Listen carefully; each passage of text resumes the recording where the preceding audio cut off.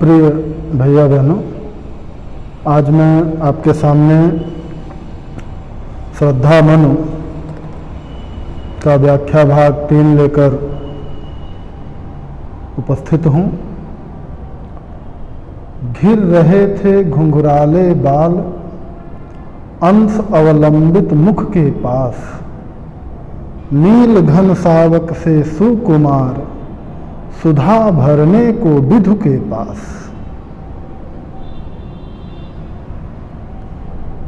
श्रद्धा के मुख का सौंदर्य कैसा है उसका वर्णन किया गया है। घिर रहे थे घुंघराले बाल,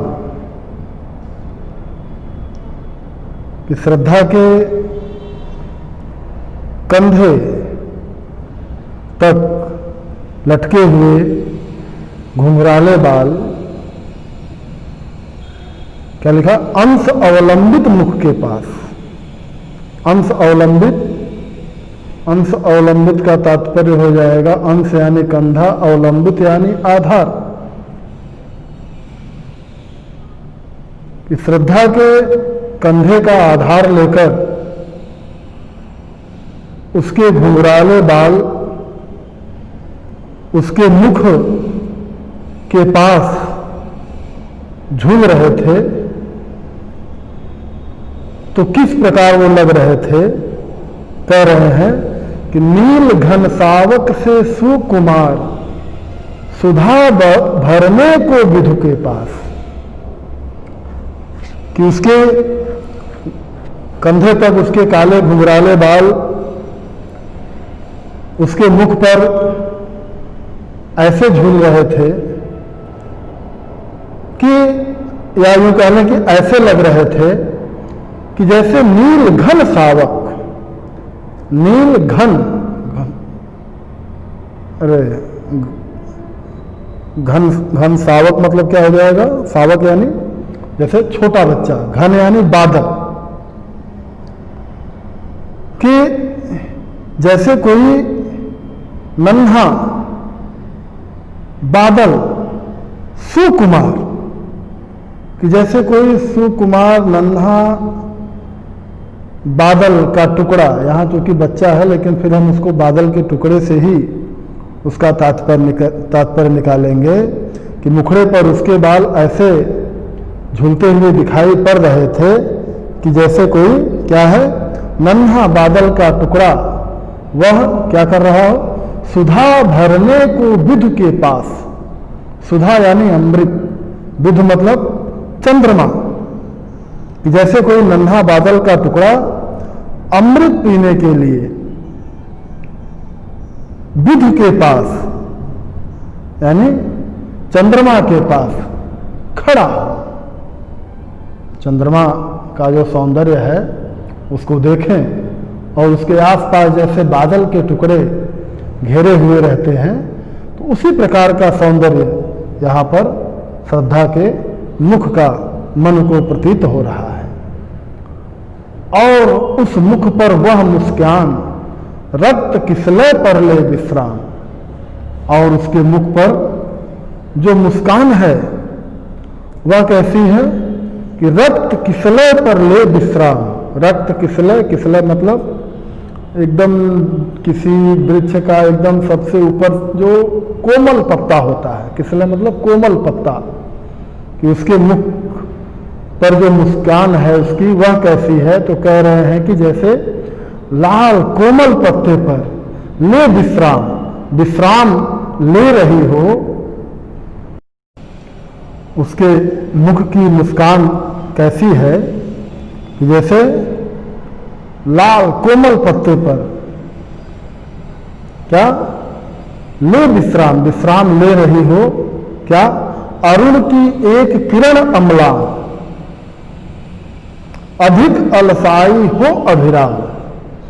अरुण यानी प्रातः काल का जो सूर्य उदय होता है, तो उस समय की कोई एक किरण अमलान अर्थात स्वच्छ, मलान, मलान मतलब मैली, अमलान यानी जो मैली न हो अर्थात स्वच्छ अधिक अलसाई हो अभिराम।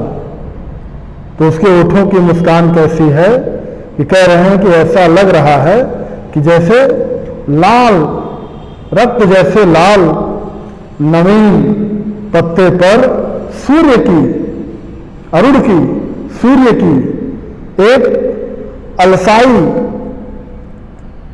सूर्य की एक स्वच्छ अमला में सूर्य की एक स्वच्छ और अलसाई किरण क्या कर रही हो, विश्राम कर रही हो। कहा मन ने नवधरणी बीच बना जीवन रहस्य निरुपाय। एक उल्का सा जलता भ्रांत शून्य में फिरता हूं असहाय। तो इसके बाद उन दोनों में वार्तालाप होता है। श्रद्धा मनु से उनका परिचय पूछती है, तो इस पर मनु उसको अपनी दयनीय स्थिति का परिचय देते हुए कहते हैं कि कहा मन ने नभ धरणी बीच बना जीवन रहस्य निरुपाय। कहते हैं कि नभ धरणी अर्थात नभ यानी आकाश, धरणी यानी पृथ्वी, कि आकाश और पृथ्वी के बीच बना जीवन रहस्य निरुपाय। कि आकाश और पृथ्वी के बीच इस नीरव स्थान पे मेरा जीवन क्या है, वह रहस्यमय और असहाय हो गया है। निरुपाय यानी असहाय है, रहस्यमय है, उसको सुलझाने का मेरे पास कोई उपाय नहीं है। इस प्रकार से मैं अपना जीवन यहां पर जी रहा हूं। एक उल्का सा जलता भ्रांत शून्य में फिरता हूं असहाय। कि वह कहते हैं कि मेरी स्थिति ठीक उसी प्रकार है, उल्का सा भ्रांत, जैसे कोई आसमान में उल्का पिंड किसी ग्रह से टूटता है और बिना दिशा के कहीं पर जाके समाप्त हो जाता है, उसी प्रकार मैं भी इस निर्जन स्थान पर असहाय होकर उसी उल्का के समान जलता हुआ, यानी कहने का तात्पर्य कि वेदना से जलता हुआ, उसी उल्का के समान अपनी वेदना अपने कष्ट से जलता हुआ क्या हूं, शून्य में फिरता हूं असहाय। इधर उधर बिना किसी आश्रय के भटक रहा हूं। शून्य जैसे ऊपर आसमान में वैसे नीचे भी कहीं कोई दूर दूर तक है नहीं, इसीलिए उन्होंने कहा कि मैं भी उसी प्रकार से इस निर्जन शून्य स्थान पर इधर उधर भटक रहा हूं। कौन तुम बसंत के दूत अति विरस पतझड़ में अति सुकुमार, घन तिमिर में चपला की रेख तपन में शीतल मंद बयार। तो वह पूछते हैं कि कौन हो तुम, बसंत के दूत। तो अपना परिचय देने के बाद श्रद्धा मन से पूछते हैं कि कौन तुम बसंत के दूत, विरस पतझड़ में अति सुकुमार। कि हे सुकुमार अंगों वाली, तुम कौन हो जो इस विरस पतझड़ में, विरस पतझड़ क्यों कहा, पतझड़ जब आता है तो क्या होता है, एकदम चारों तरफ हरियाली नहीं रहती है, पेड़ पौधों की पत्तियां गिर जाती हैं और एक प्रकार से प्रकृति जो है वो निराश रूप में विद्यमान रहती है। तो उसी प्रकार जैसे पतझड़ में एक निराशा की स्थिति प्रकृति की बनी रहती है, लेकिन बसंत के दूत, लेकिन जैसे बसंत का आगमन होता है तो क्या होता है, फिर से वही वन, वही वनस्पतियां, वह सब क्या हो जाती हैं, हरी भरी हो जाती हैं। तो उसी भाव को यहां प्रकट कर रहे हैं कि तुम कौन हो जो अचानक इस निर्जन स्थान पे निराश जीवन को उसी प्रकार आसानित करने का प्रयत्न किया है कि जैसे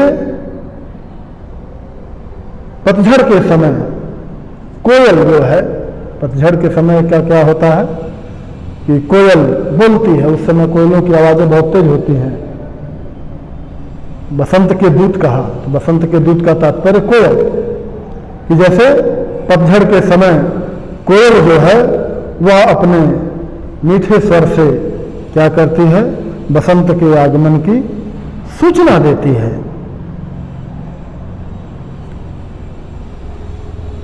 घन तिमिर में चपला की रेख, तपन में शीतल मंद बयार। घन तिमिर यानी मेरे इस घनघोर, तिमिर यानी अंधकार, मेरे इस घनघोर जीवन के अंधकार में तुम क्या हो, चपला की रेख। जैसे घनघोर बादलों की घटा छाई रहती है, यहाँ एक तात्पर्य इससे भी हो जाएगा।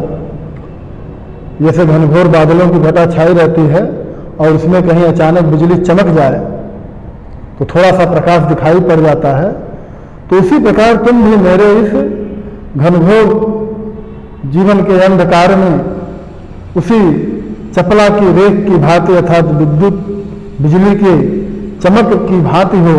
तपन में शीतल मंद बयार, और तपन में शीतल मंद बयार। और जिस प्रकार से खूब तप रहा है कोई व्यक्ति या खूब तपन बढ़ी हुई हो और उसमें कहीं शीतल हवा बहने लगे, तो उसी प्रकार मेरी वेदना और व्यथा के कारण जो मेरा जीवन तप्त है उसमें तुम शीतल मंद पवन के समान चेतना उत्पन्न करने वाली तुम कौन हो। आज के लिए इतना है।